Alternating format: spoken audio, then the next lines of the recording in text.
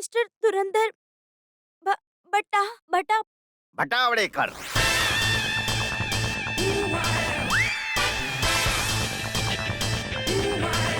धुरंधर भटावड़ेकर।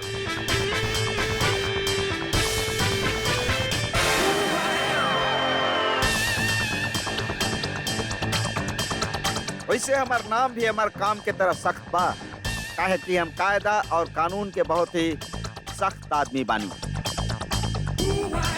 और लोग इनका के अब तक 75 कहेले। वो भी ये खातिर कि हम अब तक 75 लोग के डिपोर्ट कर चुकल बानी, और वो भी यही साल।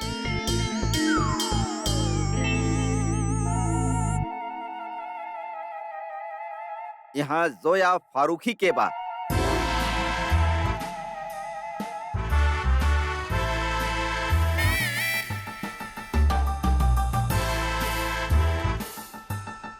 ठीक बा, हम फोटो मिला के देख लेत बानी।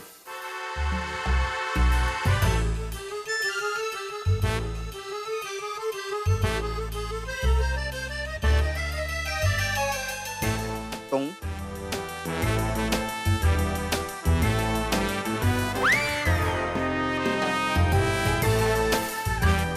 तुम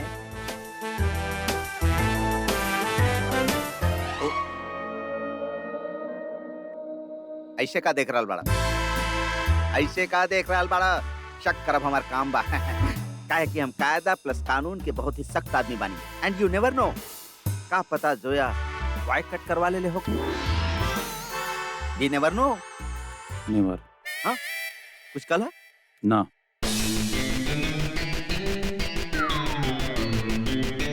तुम ना।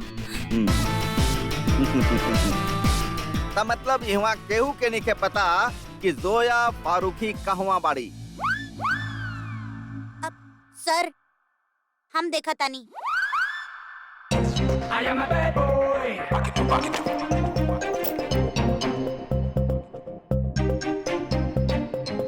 एक्सक्यूज मी, हमार हेल्प करब प्लीज।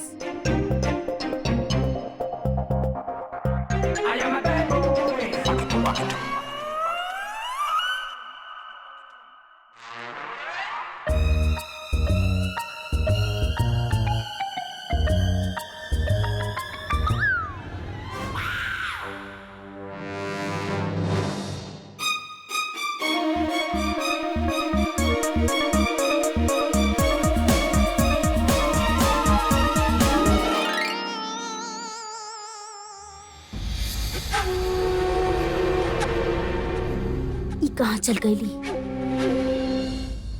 देखिए मिस्टर भटावड़ेकर, आप बैठिए, हमने थोड़ा इत्मीनान से बात ना करेंगे। ना ना ना ना, हम ड्यूटी पर कबो बैठे नहीं ना।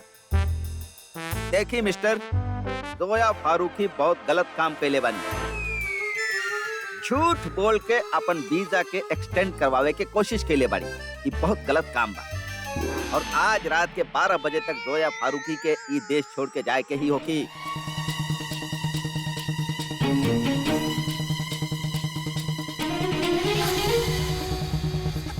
काहे कि कानून के खिलाफ बा, और हम कायदा प्लस कानून के बहुत सख्त आदमी बानी। सोया सर के नजर से ना बच सकेली, काहे कि हमनी के सर के आगे ही ना पीछे भी दिखेला। जी।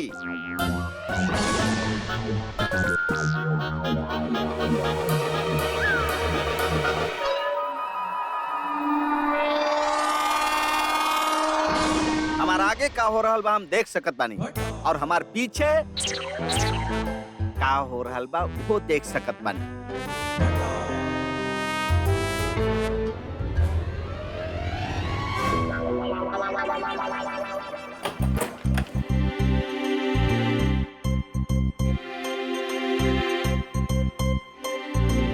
देखिए सर, उ का बाकी उ कोनो मुजरिम त बिया ना।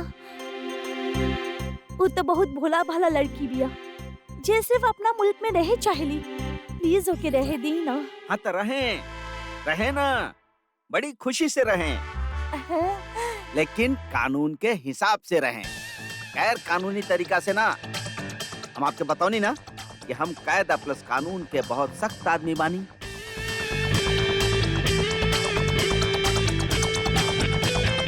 देखिए अगर आप ना बताए कि जोया कहाँ पड़ी तो हमके सर्च करे के पड़ी आपके घर के।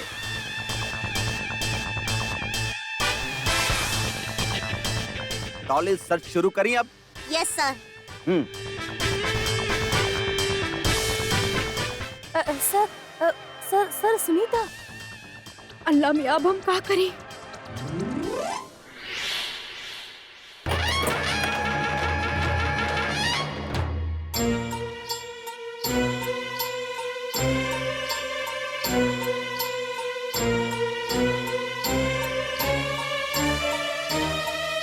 प्लीज हमरा पास मत आई। हमके चिकन पॉक्स हो गइल बा। अगर आप लोग हमरा पास आई तो आपके भी हो जाई। प्लीज आप चल जाइए। चिकन बॉक्स। डॉली इते कहानी में ट्विस्ट बा। एक काम करा, गोली की तरह जा और हमार फाइल लेके आवा। ओके सर।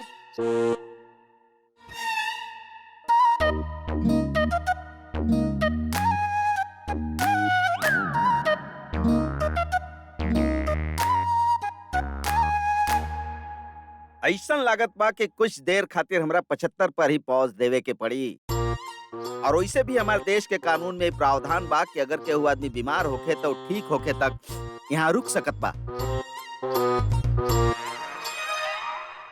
I'll do the formalities। जब तक जोया फारूक के ठीक नहीं हो जाती वहाँ रुक सकत बाड़ी।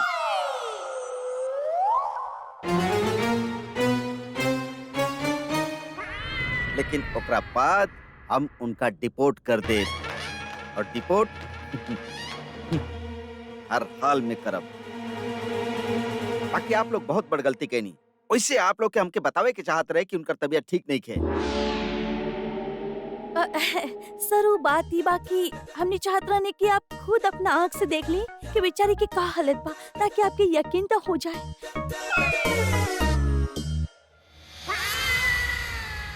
हाँ ठीक बा। देखिए हम कायदा प्लस कानून के बहुत ही सख्त आदमी बानी। बाकी बानी तो आदमी ही ना। और अब का अपन देश में मेहमान जे होखेला वो भगवान के रूप होखेला। अतिथि देवो भव।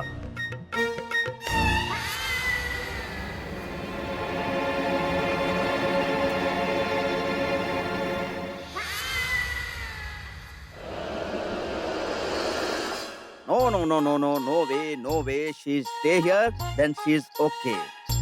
Don't worry, she will be ओके।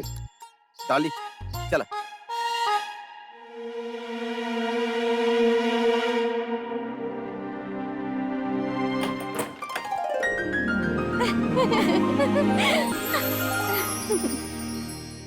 जितना खुश होबे के बा होला जोया, काहे की खुशी बस कुछ ही देर के मेहमान बा।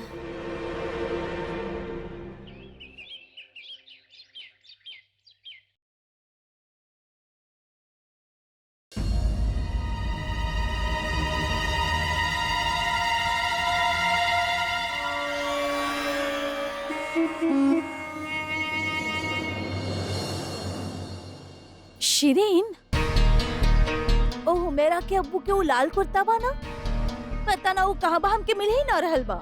हमके लग रहा बा कि कहीं अयान के कपड़न में यहाँ तो ना आ गई। हम देख लें का।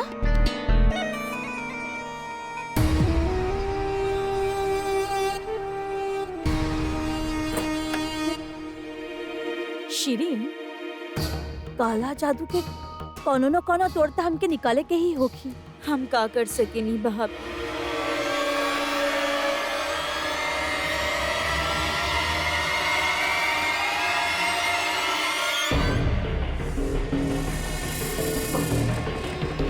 हम भी सोचत रहनी शिरीन, एक काला जादू के तोड़ का हो सकेला।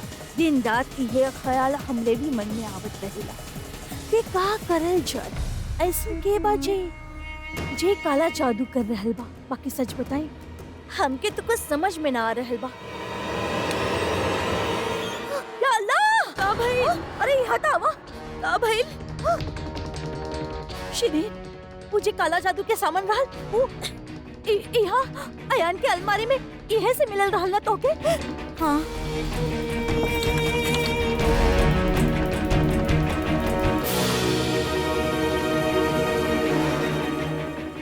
अयान पे कोनो कोनो बहुत बड़ा टोटका करल जा रहल बा।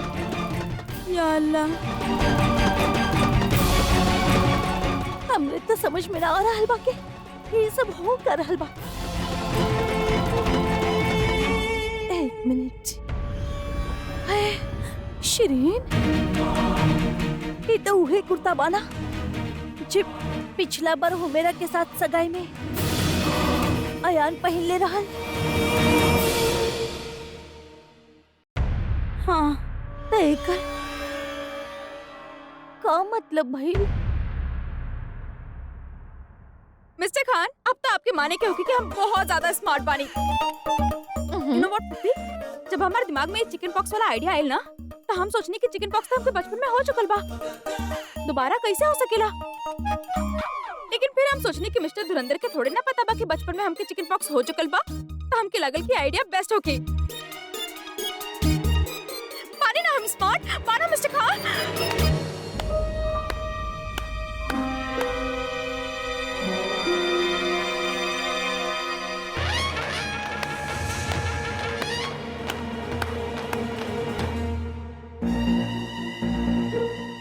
इतना अच्छा भेल कि हम गाड़ी के चाबी यहाँ भुला गई और मुजरिम के असली चेहरा कानून के सामने आ गई।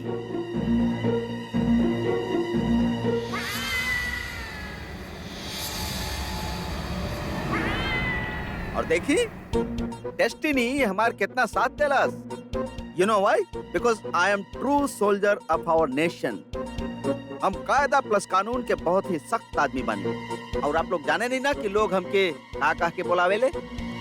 अब तक 75। गलत जवाब। बुलावत रहले आज से अब तक 76।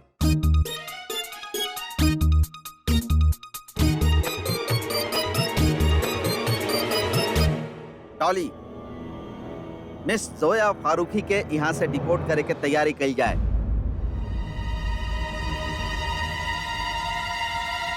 Please start the formalities.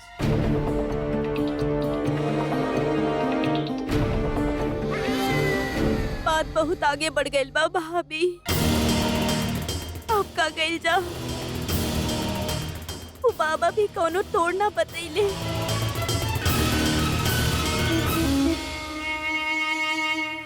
ना शिरीन, तू तो जल्दी निकल गई रहलू ना, लेकिन हम जब निकले वाला रहनी तो बाबा हमसे कहले रहले कि अयान के जिंदगी में कोनो बहुत बड़ा फैसला लिहल जा रहल बा और उ जे कुछ भी होगी जल्द से जल्द करल जाए की चाहिए, तई बला टल जाई। और हमार समझ में ई ना आ रहल बा के ऐसन कौन सा बड़ा चीज बचे कि अयान के जिंदगी में होखे वाला बा? भाभी आप कैसन बात कर रहल बानी? ई देखी ना, ई एक नया कुर्ता अयान खातिर बड़ा बात बा। आप बहुत भोली बाड़ी भाभी। आप ना समझ रहल बानी। अयान के जिंदगी में सबसे बड़ा चीज ओकर होखे वाला सगाई बा, जो न सद से पहले हो रहल बा। यही से दिल शाद जल रहल बाड़ी और ई सारा टोटका कर रहल बिया हमार बच्चा पर। अरे हाँ, ये सब तो हम सोचने ही ना। तू तो बहुत समझदार निकलू शिरीन। और बाबा भी कहले रहले कि अयान की जिंदगी में जे भी वो बड़ा चीज बा वो जल्द से जल्द होके की चाहिए। मतलब के एकर मतलब हमनी के जॉन करे के बा, अब भी करे के बा। सर, सारा पेपर वर्क हो गइल बा। गुड, चला चला। प्लीज सर देखिए, हम मानत बानी कि हम झूठ बोल ले रहनी, पर वो ई खातिर काहे कि हम यहाँ रहे चाहत बानी। I'm so sorry, please। आंसू, पैसा, पॉलिटिकल प्रेशर, ये आपके फालतू के ड्रामाबाजी, इस सब बात के धुरंधर भटावड़े कर पर कोनो असर ना होखेला। चलो डॉली।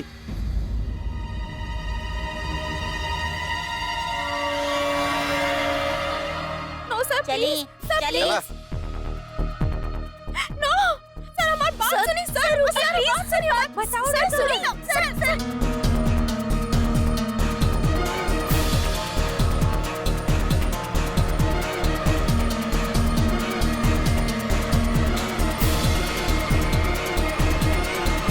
रुकी।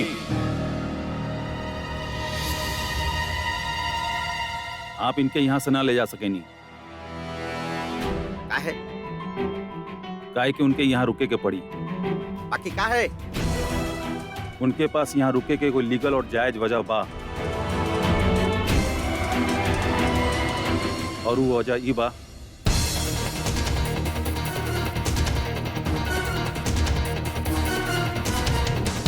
हुमैरा और आयान के सगाई फौरन करावे के पड़ी।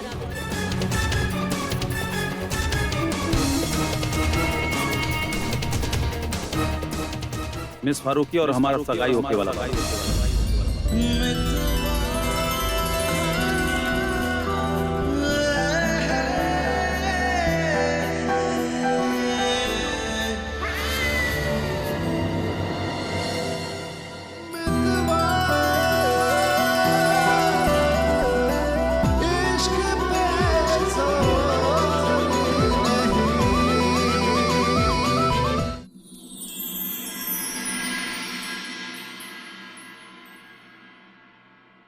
सगाई? हाँ आपके नहीं क्या पता हमारा और मिस्टर खान की सगाई होके वाला बा। आप हमनी के विश ना करब। बाकी अब तक हमके एकरा बारे में केहू बतौलस काहे ना? सर वो दरअसल बात ही बाकी सब कुछ इतना जल्दी में हो गया कि का बताई थी। अम्मी सही करल बड़ी। यू नो हमने आपके बतावे वाला ही रही, लेकिन हाँ लेकिन हम इतना डर गए नहीं, इतना नर्वस हो गए नहीं कि हमके लागल कि आप यकीन करब कि ना। पर आपके तो चिकन पॉक्स हो गए रहे, और कुछ देर पहले वो चिकन पॉक्स आपके चेहरा पर भी रहे, और हमरा जैते ही सारा के सारा चिकन पॉक्स में से उड़ गए। ना ना वो एक्चुअली का बाना कि हम इतना नर्वस हो गए रहनी, तब पैनिक में हम वो सब कुछ कर देनी। हमके लागल कहीं आप हमरा के इनका से जुदा ना कर दी, यही से हम डर गए रहनी।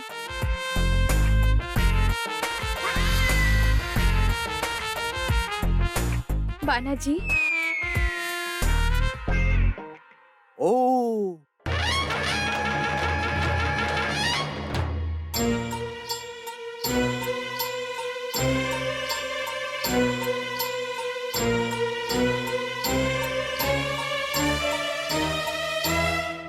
आप डर गए रहनी।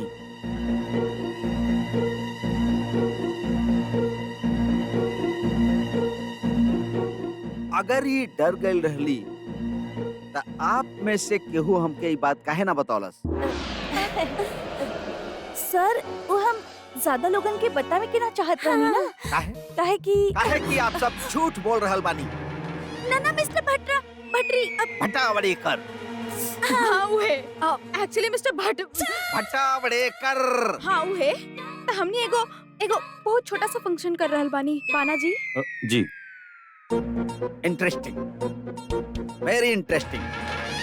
हम कायदा प्लस कानून के बहुत सख्त आदमी बानी, समझनी आप? हम आपके कोनो भी बात ऐसा ही ना मान ले। हम आप दोनों के टेस्ट ले ले।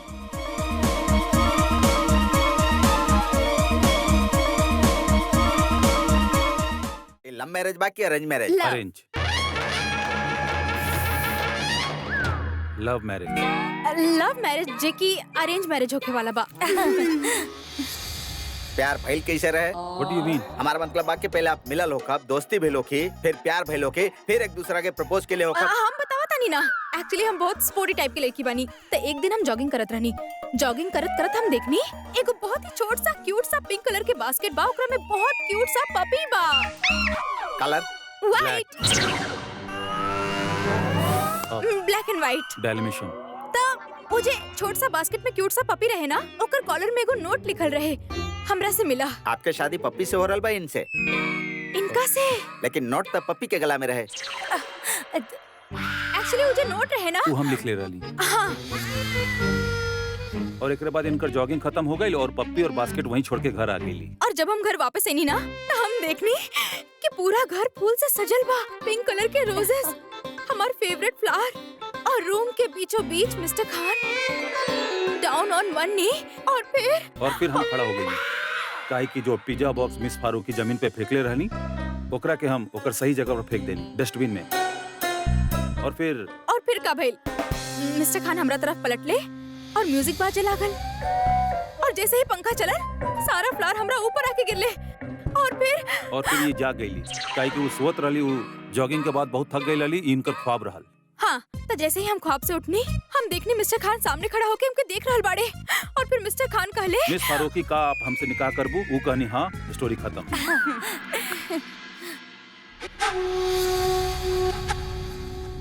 खत्म। अब आप हमके बताएं मिस्टर खान के, जब आप पहला बार इनका मिलल रहे थे का भइल रहे? हम बता नहीं। When I saw him for the first time, Allah मियाँ एकदम हीरोइक एंट्री कैले रहले, एकदम हीरो जैसन घोड़ा पे बैठल रहले।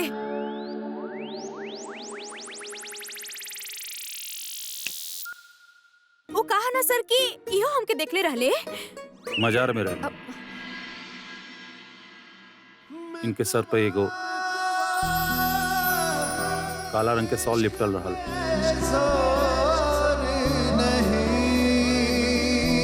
थोड़ा डरल, थोड़ा सहमल,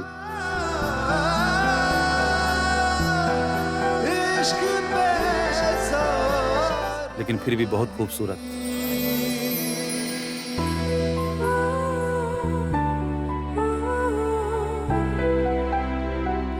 एक हवा के झोंका आई और उनके सर से उस सॉल हट गई।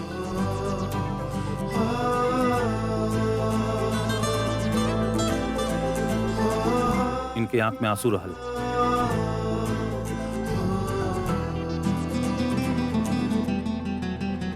आंसू से घिरल दुआ मांगत रहली।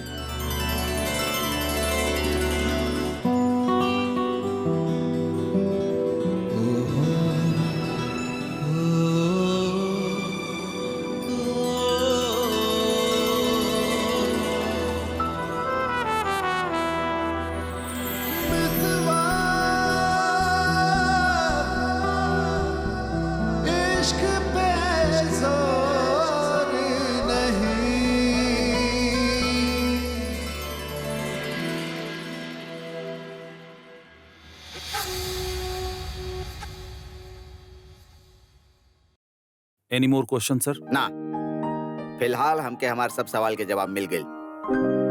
चलत बानी आप।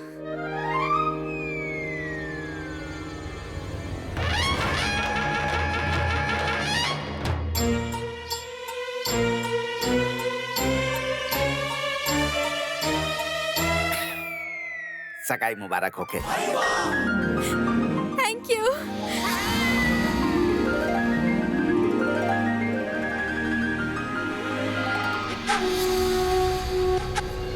शरीन, आखिर ऐसा कौन मजबूरी बा कि तू अयान के सगाई रातों रात करे के कहत पड़ू? आप हमार बात ना मानब, लेकिन सच तई बा कि अयान के ऊपर कोनो बला के साया बा। राशिद एकरा से पहले कि वो बला हमार बच्चा के घेर ले, ओकर सगाई करवा दी। शरीन, तू फिर से वो काला जादू वाला बात पर यकीन करत पड़ू? अरे हम तोहरा से कहनी ना, ऐसा कुछ नहीं खे। ऐसन बा राशिद, आपके पता नहीं खे हमके काका मिलल बा, काका पता चलल बा। का मिलल बा तोहके? का पता चलल बा, बतावा, बोला। पता चलल बा कि करवावे वाला अल्लाह जाने कि ई करवावे वाला के बा। देखिए राशिद मियाँ, काला जादू के सच तो हम ना जानी ले, हाँ लेकिन इतना जरूर जानत बानी कि अयान मेरा से निकाह करे चाहत बा। अब देखी ना, देर सबेर रस्म तो होगी ही ना, तो अब ही कहे ना। और निखत के निकाह की तैयारी तो हो ही रहल बा, साथ ही साथ दूसरा निकाह भी हो जाए तो कितना अच्छा होगी। शिरीन, तोरा केहू के वहम में पड़ के जल्दबाजी करे के कोनो जरूरत नहीं है। सगाई कईल बच्चा लोग के खेल नहीं है। ये फैसला बहुत सोच समझ के कईल जाला। हम कोनो बहम में नहीं की राशिद। हम अगर अपन बच्चा के सगाई करवावे चाहता नहीं तो इमे गलत का बा। गलती बा कि ई फैसला तू न कैले बाड़ू, तो उसे करवाई गई बा। हम कहनी ना ये निकाह ना होगी। अम्मी आप ये मसला से दूर रही।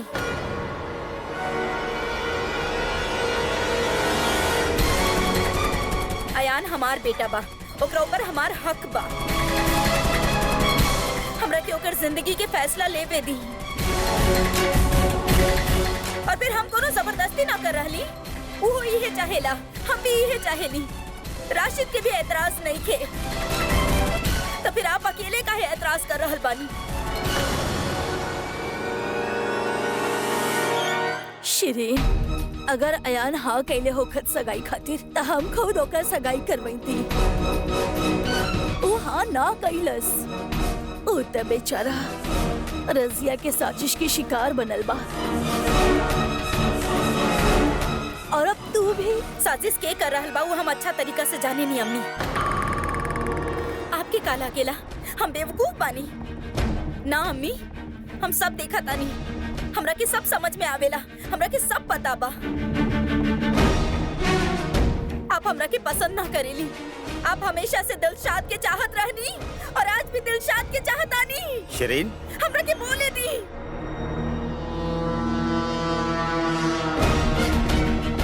आप अभी अपन पोता असद के सबसे ज्यादा मोहब्बत करेली। आप चाहे नहीं कि राशिद दिलशाद के पास लौट जाए और दिलशाद एक घर पर काला जादू करवा रहल बाड़ी। और आप मम्मी, आप ओकर मदद कर रहल बानी।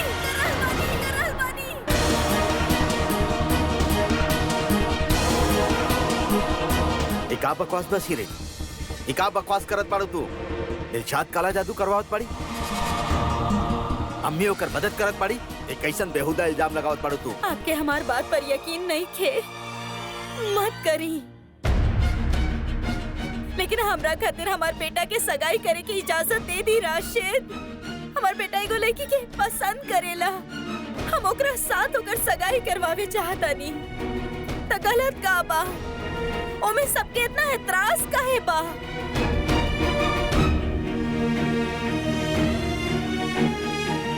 शिरीन, हमारी बात सुना। राशिद रुका, ए वक्त तो केहू के बात ना सुनी। जब एक माँ के लगेला कि ओकर औलाद के साथ नाइंसाफी हो रहल बा, तो ओकरा के केहू रोक न सकेला।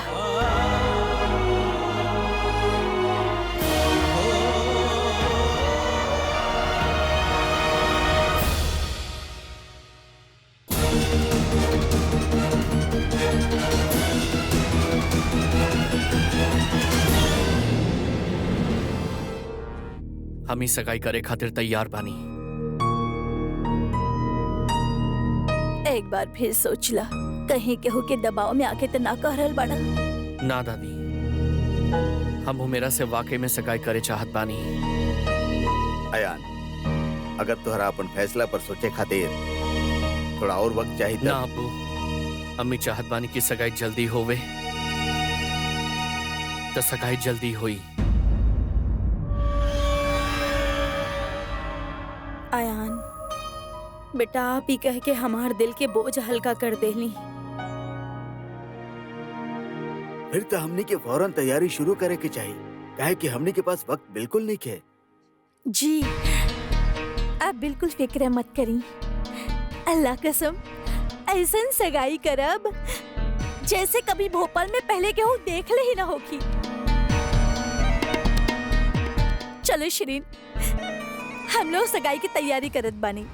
लेकिन हमारे को शर्त बा।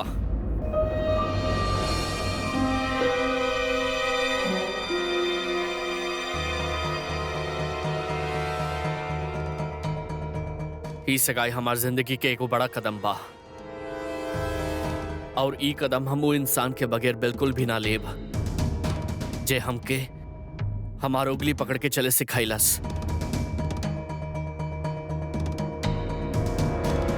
हमार असद भाई।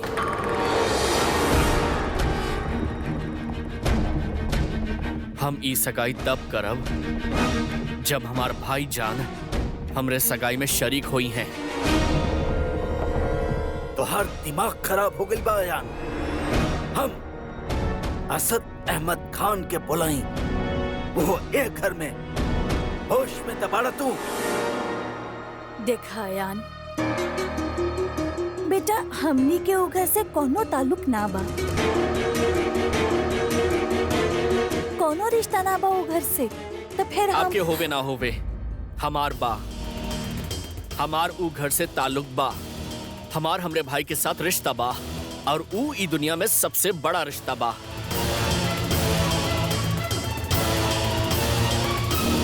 हम ई सगाई तब करब जब हमार शर्त मानल जाई।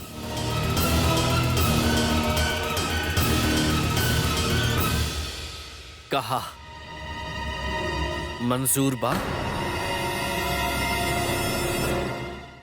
तो ठीक बा, फिर हम आपके वीजा एक्सटेंड करेंगे, फॉर्मेलिटी शुरू कर देत बानी। Thank you. कुछ और अगर चाहिए तो हम आपके फोन कर ले, ठीक बा? हाँ,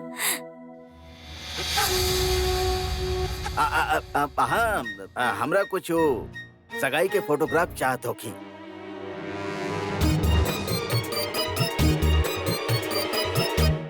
फोटोग्राफ? हाँ, हाँ, कोनो बात नहीं के, हमने आपके भिजवा दे, डोंट वरी। काहे जी? जी। देखिए आपके पास टाइम बहुत कम बा, ऐसे आपके जल्दी करे के पड़ी। बाय द वे सगाई कब बा? परसों। साफ साफ बताएं, काल या परसों? वो का बा ना कि कल या परसों में से कोनो एक दिन करे के बारे में सोच रहल बानी हमनी। जी जी। देखिए आप शायद भूल रहल बानी कि हम कायदा प्लस कानून के बहुत सख्त आदमी बानी। सोच के बताएं, कल या परसों? क्या की बात हम क्या अपन नोट में लिखे के बा? सर कल ही लिख ले ना बेटा, कल के लिख द। वो सिर्फ लिखे ले, लिखवावे नहीं हम। सॉरी सर। चलो अल्लाह हाफिज।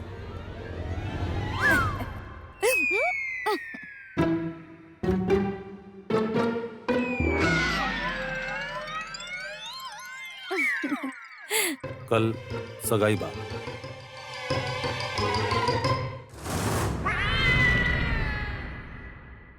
आयान बेटा, हमनी के मंजूर बा, हमनी असद के बुला ले।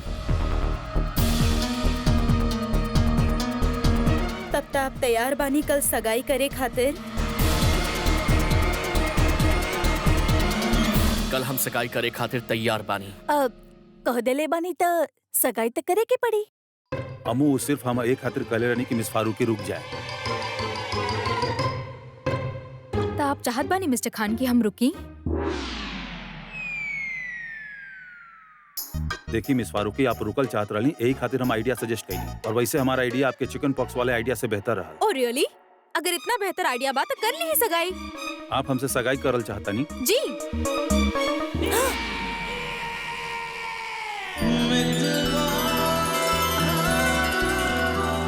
ना जी ना, हम सिर्फ आपसे इतना कहल चाहत बानी कि आपके इस सुपर आइडिया की वजह से हमने सब कितना बड़ मुसीबत में फंस गइल बानी। अगर हमारा आइडिया इतना बुरा बात, आप कहानी पे कहानी काहे बनावत रहनी? और आपके वीजा एक्सटेंशन एक खातिर मिल रहा बा कि वो आइडिया हम देले रहनी। याद रखी, extension taking me oh you. Please please बस करे ये आर्गुमेंट, बस करा। असद, अब उनके अगर एगो फोटो देवे के बा तो रस्म तो करे के ही पड़ी ना। अमी आई एम श्योर इनकर वीजा एक्सटेंशन मिल जाई, हमके नकली सगाई करे के कोनो जरूरत ना बा। असद, सिर्फ एक अंगूठी ही ते पहनावे के बा। अमी सगाई के मतलब सिर्फ अंगूठी पहनावल ना होला, और हम आपन और केहू और के फायदा खातिर इतना पाक रस्म और रिश्ता के मजाक ना उड़ा सकेनी।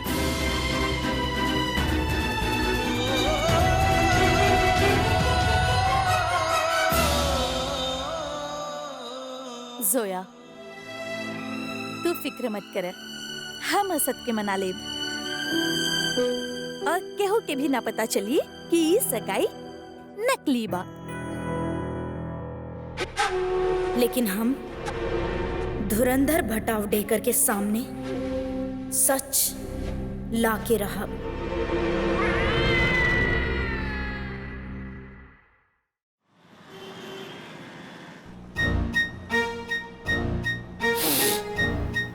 डॉली, जोया फारूकी के वीजा के एक्सटेंशन पेपर तैयार करा। ओके सर।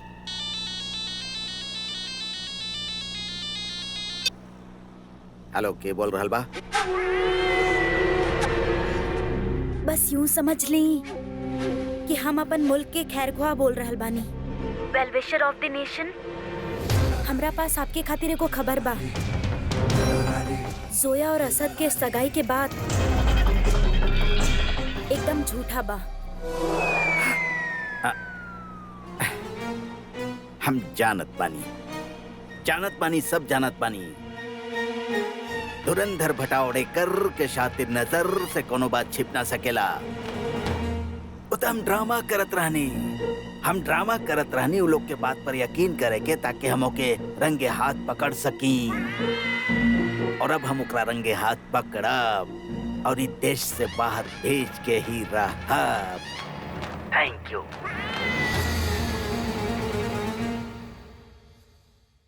Dolly, yes sir. Paper cancel. Okay सर।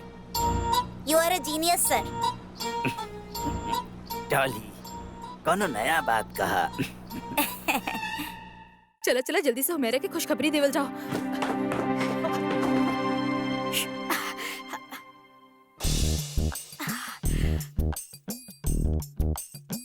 बाजी, कल आपके सगाई होके वाला बा, मुबारक हो।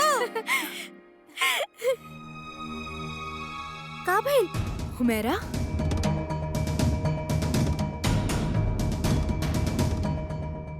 अब का भइल?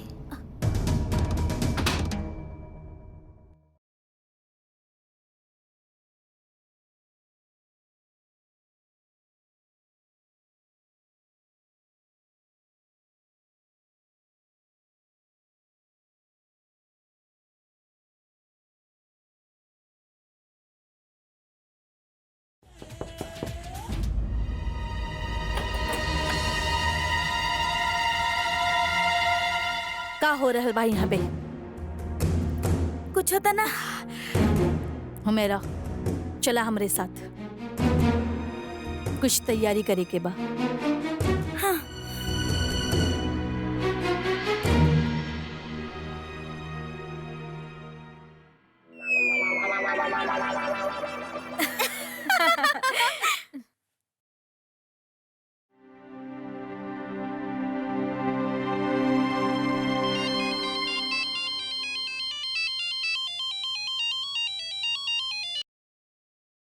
सलाम वालेकुम भाई।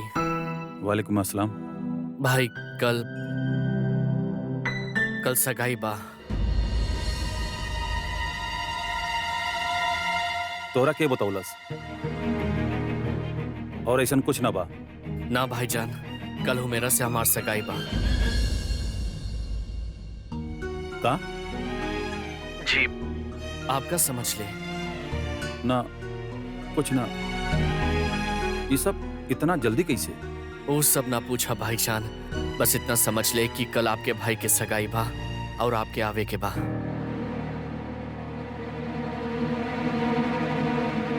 अयान, तू जानत बड़ा कि तू का कहताड़ा?